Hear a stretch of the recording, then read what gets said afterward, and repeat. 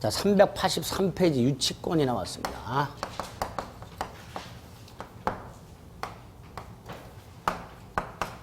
뜻은 일단 요 유치란 말은요, 물건을 점유하면서 반환을 거절하는 것을 줄여가지고 유치라고 부릅니다. 물건을 점유해서 반환을 거절하는 것. 자, 어떤 경우에 물건을 점유해서 반환을 거절하는가? 갑이 건축주, 을이 건축업자. 자, 건축주와 건축업자 사이에 건물 건축 공사 계약이 체결돼요. 이걸 도급계약이라고 합니다. 무슨 계약? 도급계약. 건축주를 도급인이라 하고요, 건축업자를 수급인이라고 합니다. 당연히 공사가 끝나면 공사대금을 줘야 되지요. 근데 안 줘, 갑이. 그래서 을이 공사대금을 받을 때까지 건물을 유치하게 됩니다. 건물을 점유하면서 반환을 거절하게 됩니다. 갑이 을에게 자동차 수리를 맡겼어요. 그럼 당연히 갑은 수리가 끝나면 수리비를 줘야 되지요. 안 주면 을은 자동차를 유치하게 됩니다. 이렇게. 갑이 기르던 말이 을의 농작물을 훼손시켰어요. 실제 판례예요. 드문 케이스죠. 그래서 을에게 손해가 생겼어요. 을은 손해를 배상 받을 때까지 말을 어떻게? 유치 등등을 하게 됩니다. 이렇게 을의 입장에서 보면요, 타인 물건을 유치해요. 점유. 그런데 이 사람이 갑에 대해 채권을 갖고 있어요. 어떤 채권이냐? 그 물건 때문에 생긴 채권, 건물 때문에, 자동차 때문에, 말 때문에 생긴 채권을 갖고 있어요. 이거를 물건에 관하여 생긴 채권이라고 합니다. 그 채권을 갖고 있고 그걸 안 줘, 갑이. 그래서 받을 때까지 뭐 한다? 유치. 이게 유치권의 뜻. 그래서 383페이지 의가 있습니다. 정확하게 기억하세요. 거기 보면 유가증권이 있는데 유가증권 생각하지 마시고요. 타인 물건 또는 유가증권을 점유하는 자가 그 물건 또는 유가증권에 관하여 생긴 채권이 변직이 있을 때 그걸 변제받을 때까지 그 물건 또는 유가증권을 유치할 권리가 있다, 이렇게 되죠. 그걸 유치권이라 한다. 유치권이라 한다. 특징 첫째, 법정담보물권이다. 무슨 담보물권? 법정담보물권. 우리 지금까지 뭐 점유권이든 소유권이든 지상권, 지역권, 전세권, 공히 법률 행위나 법률 규정으로 취득했어요. 하지만 이 유치권은요, 법률 행위로는 취득할 수가 없습니다. 계약을 통해서는 취득할 수가 없어요. 계약을 통한 것은 이제 질권이라는 게 따로 있어요. 갑이 다이아몬드 반지를 전당포에 갖다 맡기고 돈을 빌렸을 때 전당포 주인은 돈을 갚을 때까지는 다이아몬드 반지를 점유하면서 반환을 거절합니다. 이걸 질권이라고 해요. 근데 이거는 다이아몬드 반지를 맡기는 사람과 전당포 주인 사이의 계약을 통해 생겼죠? 그건 질권이에요.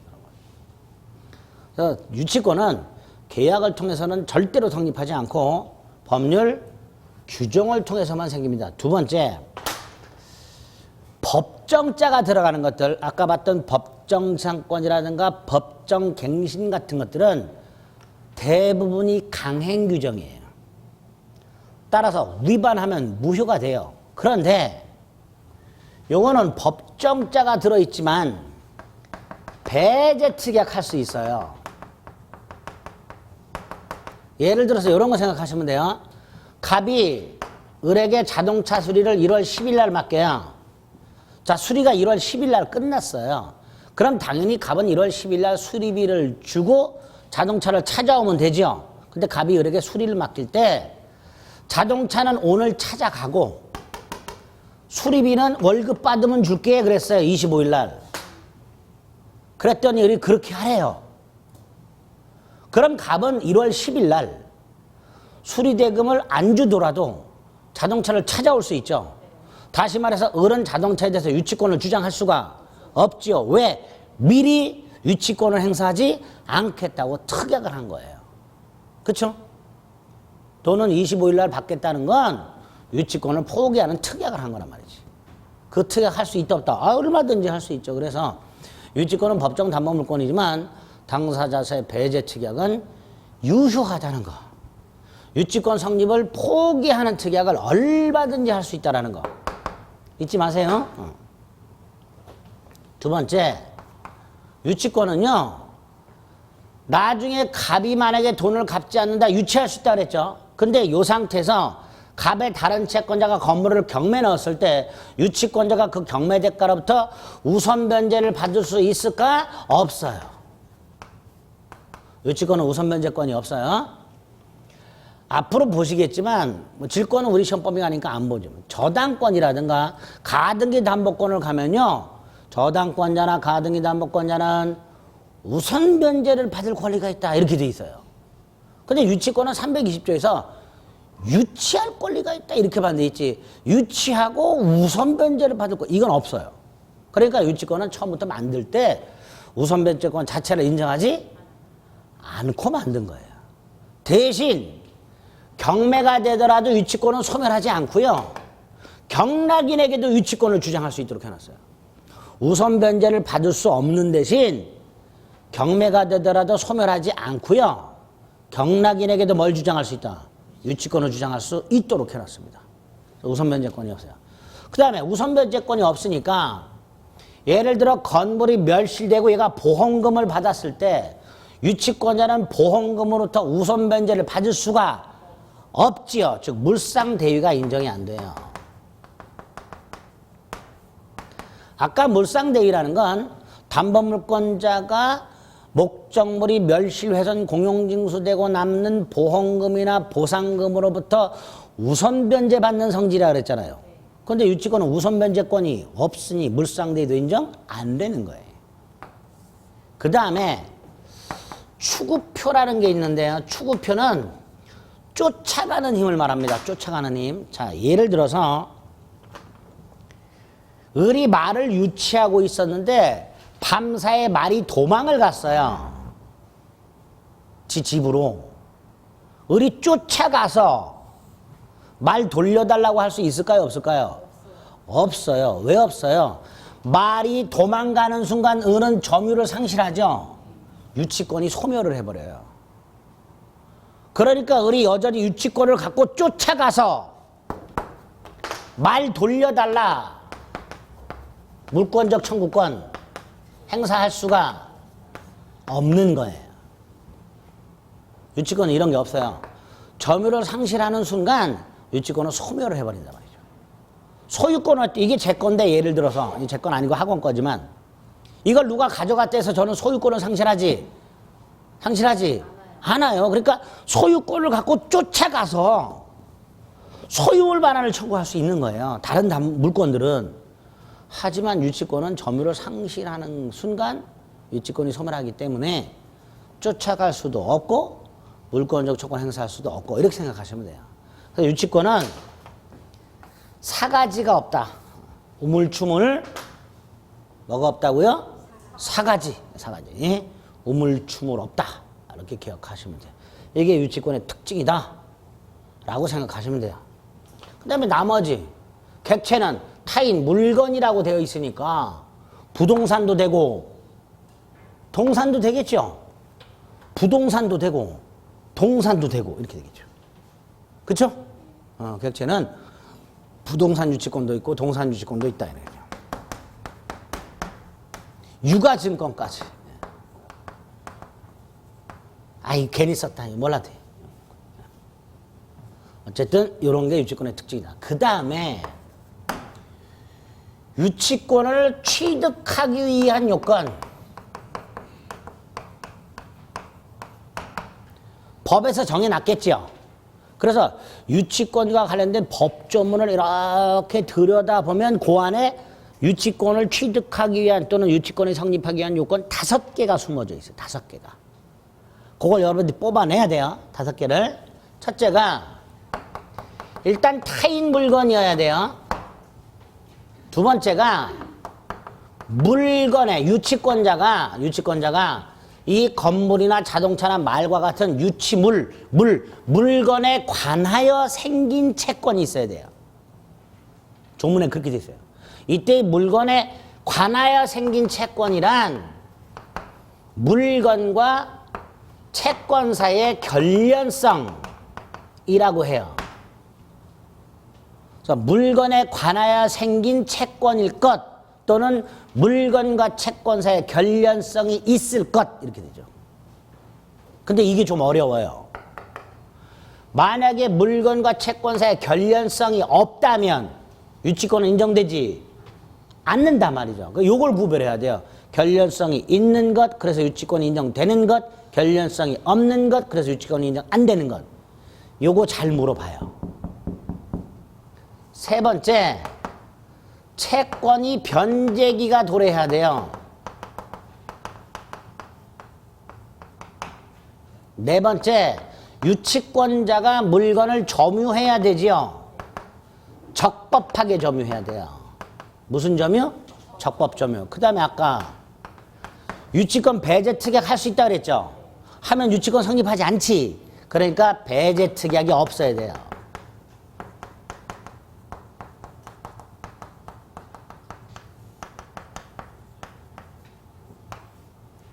다섯 가지 요건.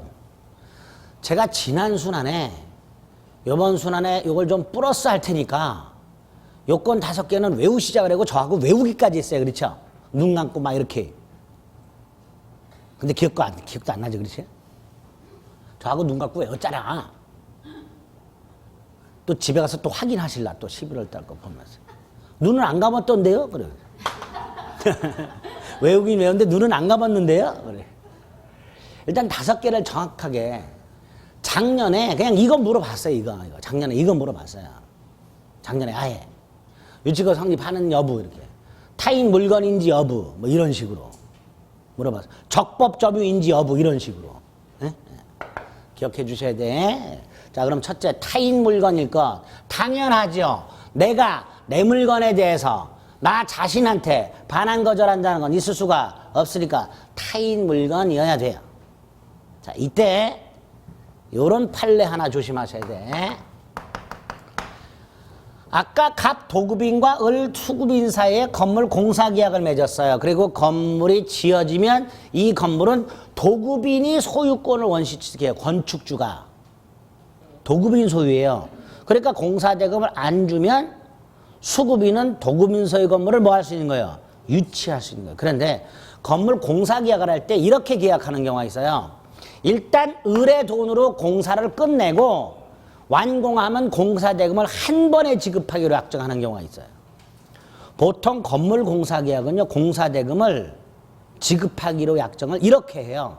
계약금 얼마, 그 다음에 기초공사 끝나면 얼마, 상량하면 얼마, 준공공사 끝나면 얼마 이런 식으로 이렇게 공사 진척도에 따라서 대금을 나눠서 주기로 약속을 보통 많이 해요.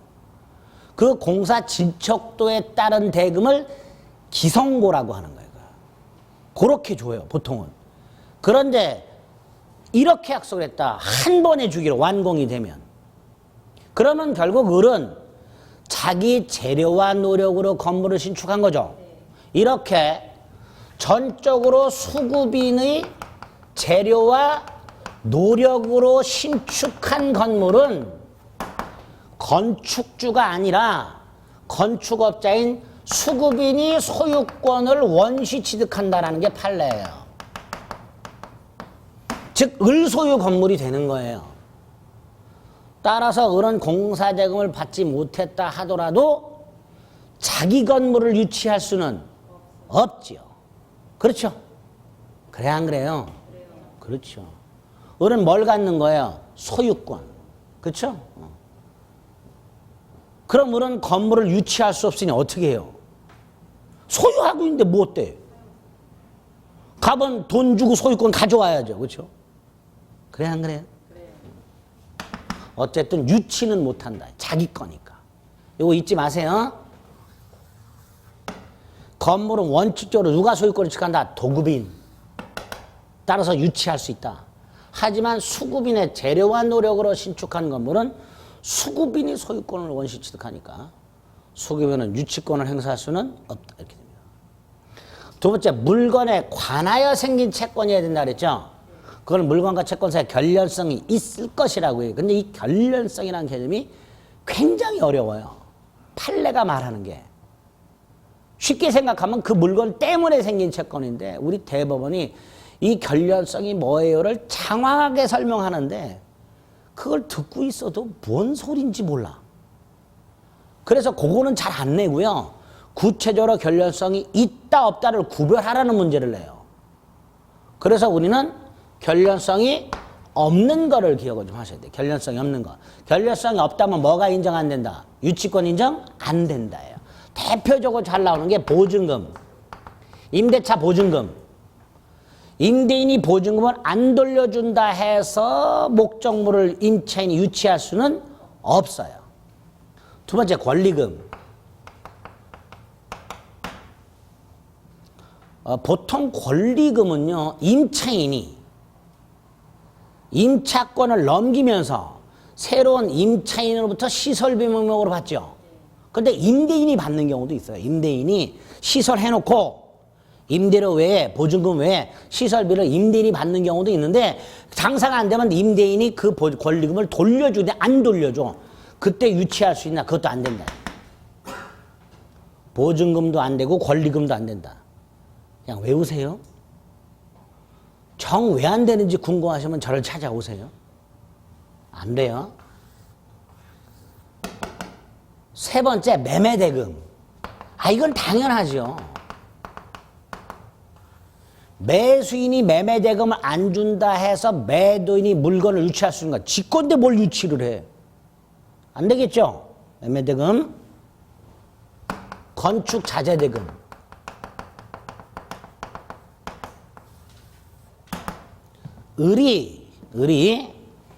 병, 건축자재상으로부터 시멘트를 샀어요. 건축자재죠. 이걸 가지고 건물을 지었어요. 근데 시멘트 대금을 제공을 안 하네. 지급을 안 하네. 이때 병이 그 시멘트 대금을 기초로 건물을 유치할 수 있나? 안 된다는 거예요. 건축자재대금은. 왜? 건축자재대금은 정확하게 말하면 시멘트 매매대금이죠. 그래요, 안 그래요? 안 된다고. 여기에 2개가 더 있어요. 그럼 총 6개가 있어요. 근데 이정환이는 착하다 그랬죠? 오늘 4개. 키워드로 기억하세요. 아주 잘 나와요, 유치권에서. 보증금, 권리금, 매매대금, 건축자재대금. 이런 말 나오면 유치권 안 돼 라고 생각하시면 됩니다. 됐죠? 세 번째, 채권이 변제기 도래. 이건 그냥 이것만 기억하시면 돼요. 채권 변제기. 당연한 거예요. 왜? 아까 1월 10일 날 수리를 맡기면서 돈은 15일 주기, 25일 주기로. 그럼 아직 변제기 도래하지? 안 왔죠. 유치권 성립하지 않는 거예요. 그런데 이거 하지 말자. 그냥 이것만 기억하자. 괜히 입에서 나올 뻔했다. 큰일 날 뻔했네. 이렇게. 네 번째, 유치권자가 물건을 뭐 해야 돼요? 당연하죠. 유치란 말 자체가 뭐예요? 점유가 들어있잖아요. 문제는 적법점이어야 돼요. 우리 지난주에 갑의 자동차를 훔친 을이 자동차를 수리했을 때 수리비 청구할 수 있다 그랬죠. 점유자는 선악을 묻지 않고 목적물에 지출한 비용 청구할 수 있다 그랬어요. 그러니까 도둑놈도 도둑질한 물건에 지출한 비용을 소유자한테 청구할 수 있어요. 그런데 여러분이 갑이라면 자동차 훔쳐간 놈이 수리비 내놓으라 그러면 주시겠어? 안 주고 버티겠죠? 이때 도둑놈이 유치까지 할 수 있을까요? 없을까요? 안 된단 말이죠. 무슨 점이기 때문에? 불법점이기 때문에 설령 비용 상환을 청구할 수는 있을지언정 그 비용 상환 채권에서 뭐를 주장할 수는 없다? 유치권을 주장할 수 없다. 실제 대법원 판례가 이런 게 있어요. 각과 을 사이에 임대차가 있었어요. 예컨대 뭐 주택 임대차를 했어요.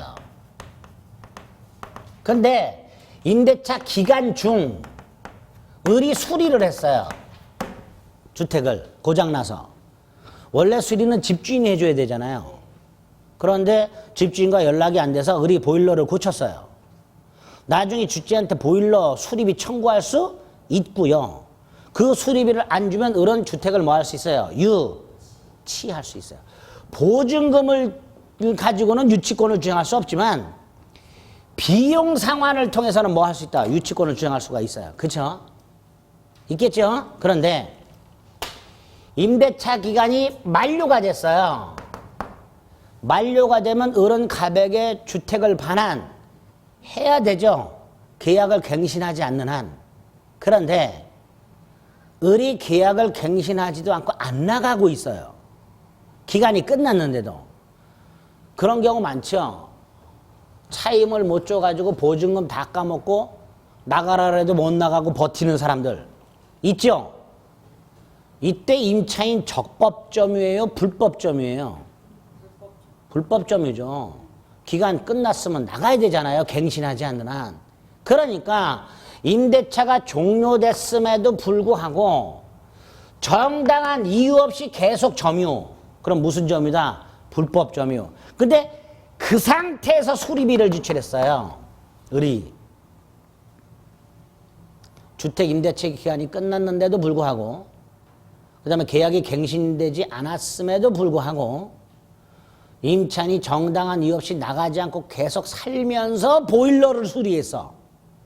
나중에 수리비 받을 수 있다 없다? 있죠. 그거는 수리비는 받을 수 있지.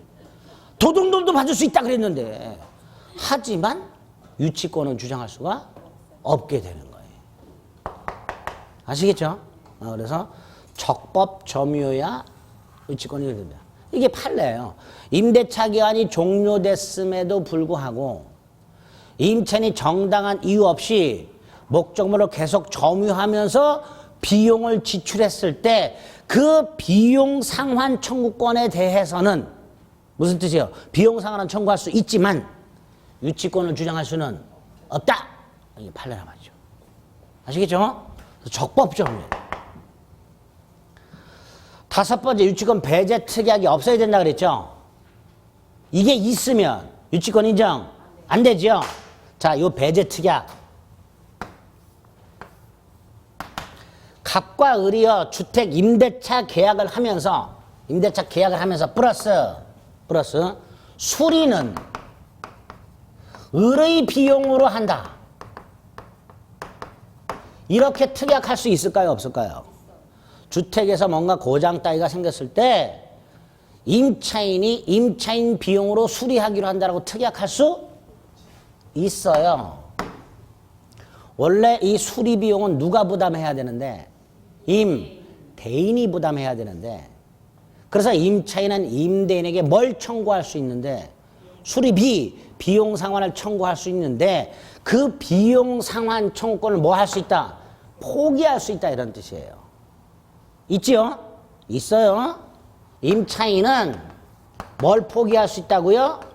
비용 상환 청구권을 포기하는 약정을 할 수 있어요. 그런데 아까 비용 상환 청구권에 대해서는 유치권 주장할 수 있다고 그랬죠?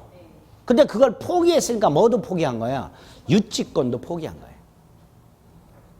그리고 우리 대법원이 요 비용 상환 조금 포기 특약으로 하나 있어요. 원상복구 약정.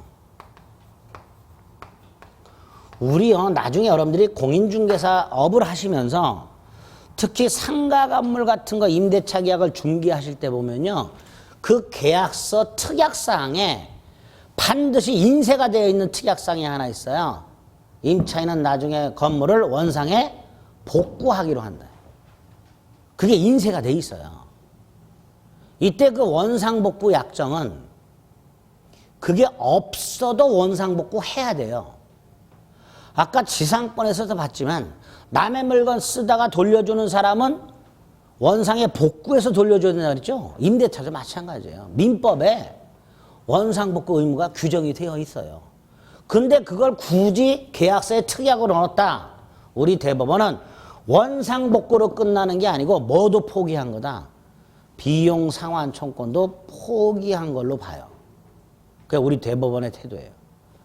그러니까 여러분들이 나중에 주택이나 상가 건물 임대차를 중개하실 때 부동문자로 인쇄되어 있는 원상복구 그 특약 이거를 상대방한테 임차인한테 설명을 정확하게 해주셔야 돼요.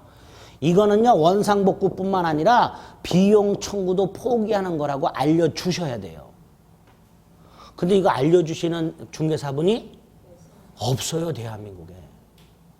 그리고 몰라요 이거를.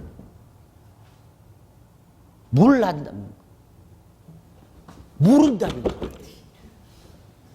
생각조차 안 해요. 근데 우리는 생각하자 말이지.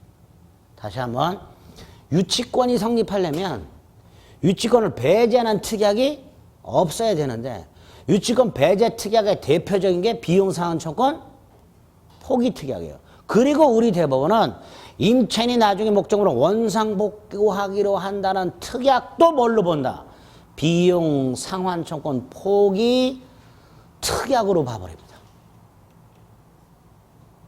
아니 그런 표정으로 절 보지 마시고 대법원이 그렇대. 대법원이 제가 혼자 주장하는 게 아니야. 그래서 이것도 무지하게 나와요. 아시겠죠? 여기에 또 조금 더 어려운 판례가 하나 또 나와. 근데 나중에 이 5개를 오늘 머릿속에 딱 넣습니다. 넣으실 수 있죠? 그리고 판례 몇 개?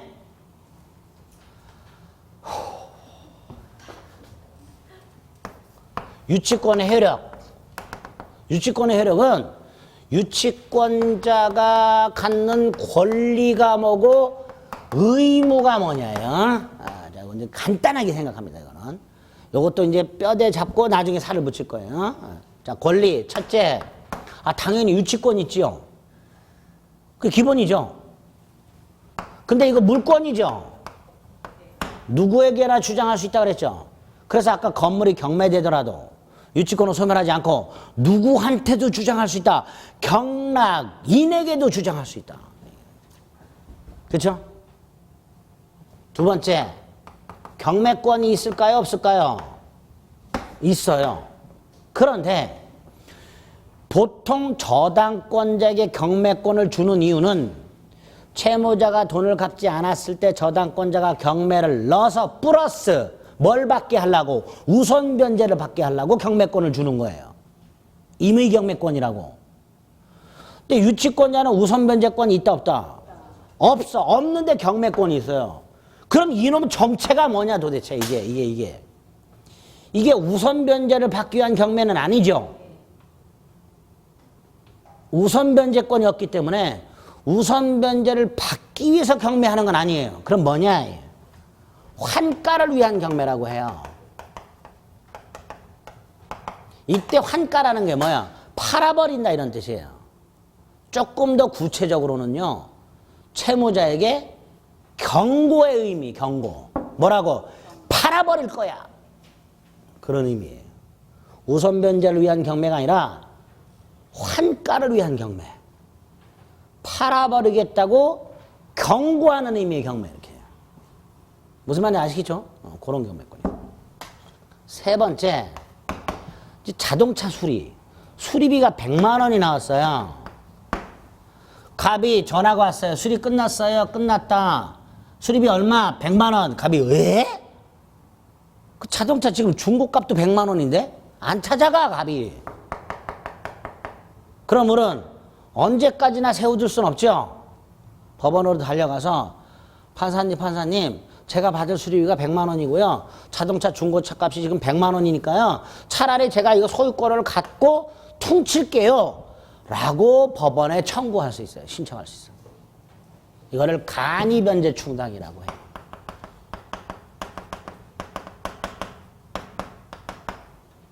뭐라 한다고요? 간이변제 충당. 간이변제 충당. 정당한 이유가 있을 때 목적물 자체를 자동차를 수리비 100만 원에 충당할 것을 법원에 청구. 그걸 뭐라 한다? 간이 현재 충당. 네 번째, 다섯 번째.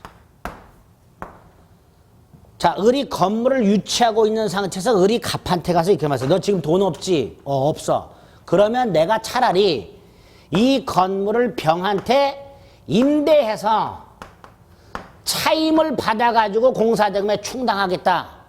그랬더니 갑이 오케이. 이렇게 할 수 있을까요? 없을까요? 있어요. 그래서 유치권자는 채무자의 승낙을 받아서 뭘 받아서? 승낙을 받아서 유치물을 점유만 하진 않고 사용할 수도 있고 대여할 수도 있고 담보로 제공할 수도 있어요. 이 권리예요. 다만 뭐가 필요하다? 채무자 승낙. 채무자 승낙을 받아서 유치물을 사용, 대여, 담보 제공할 수 있어요. 그 다음에 을이 지금 갑의 승낙을 얻어서 건물을 임대해서 뭘 받아요? 차임. 그걸 과실이라고 했죠? 이걸 수취해요. 수취해가지고 어디에 충당해요? 어디에 충당해? 공사, 대금, 원본, 플러스 이자. 할 수 있단 말이죠. 채무자의 승낙을 받아서 유치물로 사용, 대여, 담보 제공할 수 있고 그로 인하여 발생하는 차임 따위를 수취하여 원본과 이자에 충당할 권리가 있게 됩니다. 유치권자의 권리예요. 어떻게든 받아내자 말이죠. 어떻게든. 네? 여섯 번째, 말을 유치해. 굶기면 돼야 안 돼요? 또 주댕이가 고비여서 당근밖에 안 먹어. 각설탕하고 이 말이. 풀떼기는 입에도 안 돼. 꼭 국산 당근하고 각설탕만 처먹어. 돈이 무지 들어가. 돌려달라고 해야 되죠? 비용 상환 청구권. 유치하는 목적물에 지출한 필요비 유익비 청구할 수 있어요. 그런데 이것도 목적물에 관하여 생긴 채권이죠. 그래 안 그래요? 그러니까 갑이 농작물 손해배상만 하고 각설탕 값을 안 줘. 그럼 을은 또 유치. 을은 뭐 할 수 있다고요? 또 유치. 각설탕 값 내놔. 또 유치. 할 수 있다 없다? 있다. 간단하죠? 이런 것들이 유치권자의 권리에. 이렇게 기억을 하고 있다가 여기에 이제 나중에 플러스 판례를 살을 토실토실 붙일 테니까 기억하셔야 돼. 의무 2개. 아까 이거 채무자 승낙을 받아서 사용되어 담보 제공할 수 있다고 그랬죠. 그러니까 승낙이 없이는 사용해서도 대여해서도 담보로 제공해서도 안 되지요. 이게 의무예요. 다만 승낙이 없이도 요놈 중에서 보존에 필요한 사용을 할 수 있대요. 뭐는 할 수 있다고요? 보존에 필요한 사용. 예를 들어서 건물을 유치해요. 근데 건물을 유치만 하면은 금방 거미줄 치고 무너져 내리고 하죠. 쓸고 닦고 해야지. 그게 이거야. 건물에 거주하면서 사용. 이게 뭐예요? 보존에 필요한 사용. 이건 승낙 없이 할 수 있어요. 이게 원칙이고. 그렇죠? 그래서 승낙을 받아가지고 임대하라 그랬어요. 하지만 요거는 승낙 없이 할 수 있어요. 또 하나가 농작물을 훼손시킨 말. 을의 입장에서 보면 얄밉죠? 유치하면서 때리고 말 막 불로 지지고 막 갈기를 막 뜯어내고 막. 그럼 된다 안 된다? 안 돼, 안 돼. 조심조심 다뤄야 돼. 이거를 선량한, 착한의 뜻이 아니에요. 보통의란 뜻이에요. 보통의. 일반적으로라는 뜻이에요. 선량한 관리자의 주의 의무로 유치해야 돼요. 민법상 조심해야 될 의무를 주의 의무라고 합니다. 신경 써야 될 의무가 주의 의무인데 2개가 있어요. 자기 재산과 동일한 주의 의무가 있고요. 선량한 관리자의 주의 의무가 있어. 어떤 게 더 강할까요? 남의 거 보고 하는 게 더 강해요. 그래서 선량한 관리자의 주의 의무가 더 세요. 그러니까 내 거보다 더 조심조심 다뤄야 돼요. 그러니까 내 말은 풀떼기를 먹여도 이놈은 각설탕을 먹여야 되는 거예요. 선량한 관리자의 주의 의무하고 승낙 없이는 사용되어 담보 제공 안에서는 안 되는 의무가 있어요. 만약에 이걸 위반했어요. 갑이 가봤더니 을이 말을 불로 지지고 있더란 말이지. 그러면 그 즉시 말 내놔 이놈아. 유치권 소멸 청구할 수 있어요. 그럼 돌려줘야 돼요. 형성권. 이렇게 됩니다.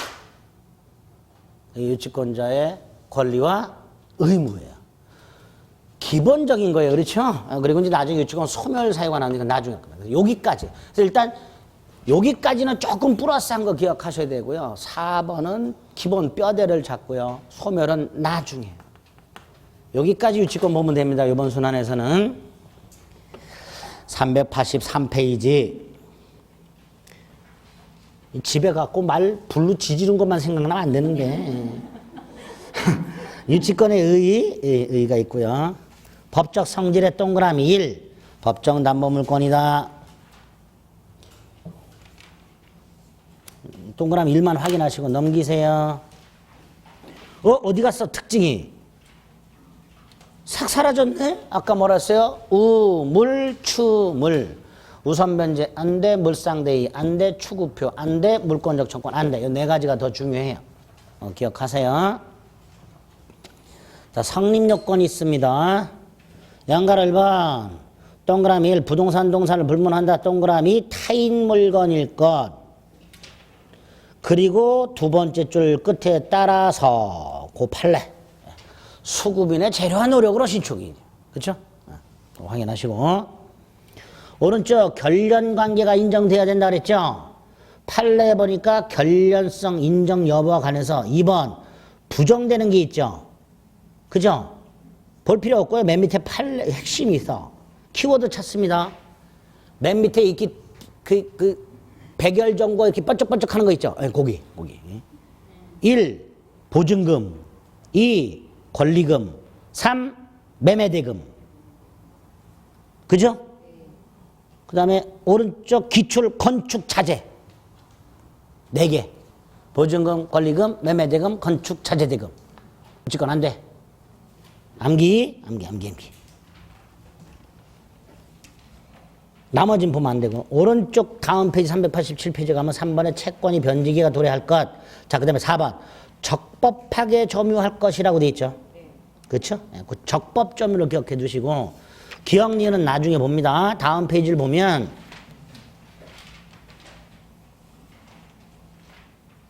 동그라미 2번. 점유는 불법 행위로 취득한 것이 아니어야 한다. 기억. 타인 물건을 횡령 절취했을 때 수리비를 지출했다 하더라도 유치권은 인정되지 않는다. 그렇죠? 세 번째, 계약이 종료된 이후, 임대차 계약이 종료된 이후에 아무런 권한 없이 목적물을 계속 점유하면서 비용을 지출했다 하더라도 유치권은 인정되지 않는다. 네, 그런 게 있죠. 쭉 내려가면 미치권 배제 특약이 없을 것이라고 되어 있습니다.